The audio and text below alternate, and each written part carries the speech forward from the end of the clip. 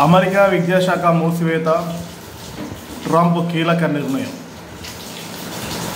America అధ్యక్షుడు Donald Trump అధికారంలోకి వచ్చిన దగ్గర నుంచి ప్రభుత్వ వ్యయం తగ్గింపుపై దృష్టి సారించారు. అందులో భాగంగా ఇటీవల విద్యాశాఖలోని ఉద్యోగాల్లో భారీ కోతలు విధించిన సంగతి తెలిసిందే. ఇప్పుడు తాజాగా విద్యాశాఖనే మూసివేశారు. గురువారం ఈ ఉత్తర్వులపై ఆయన సంతకం చేశారు. వైట్ హౌస్లో పాఠశాల విద్యార్థులు నిర్వహించిన ఒక ప్రత్యేకమైన కార్యక్రమంలో ట్రంప్ పాల్గొన్నారు. అనంతరం విద్యాశాఖ మూసివేత ఆర్డర్లపై సంతకం చేశారు.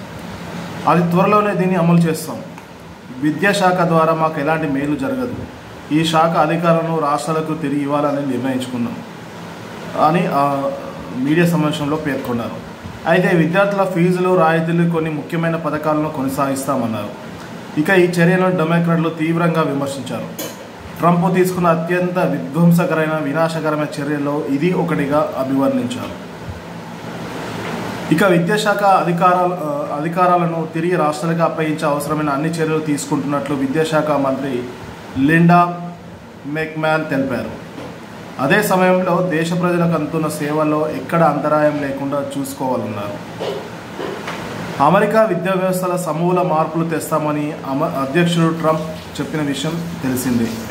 దానిలో భాగంగా ఆ శాఖలోని సిబ్బందిలో సగం మందిని తొలగించే ప్రయత్నాల్లో ఉన్నామని గతంలోనే ప్రభుత్వం తెలిపింది.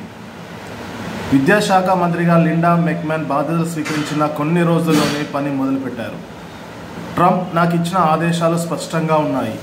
విద్యాశాఖను మూసివేసేందుకు మేము కాంగ్రెస్తో కలిసి పనిచేయాల్సి ఉంటుందని తెలుసు. కానీ ఇప్పుడు తీసుకున్న నిర్ణయం అవసరానికి మించి ఉన్న వారిపై కత్తెర వేయడం కిందికే వస్తుంది అని లిండా ఇటీవల పేర్కొన్నారు. విద్యాశాఖను తొలగించి దానిని రాష్ట్రాలకు అప్పగిస్తారని చెప్పారు. ట్రంప్ బాధ్యతలు స్వీకరించిన నాటికి విద్యాశాఖలో 4100 మంది ఉద్యోగులు ఉన్నారు. వారిలో 600 మంది స్వచ్ఛందంగా పదవి విరమణ చేయడానికి ముందుకొచ్చారు. సో ట్రంప్ ఒకటి కీలక నిర్ణయం తీసుకున్నారు. అమెరికాలో విద్యాశాఖను కంప్లీట్గా క్లోజ్ చేశారు. దానికి సంబంధించిన అధికారాలను వివిధ ఆయా రాష్ట్రాలకు అప్పగించారు.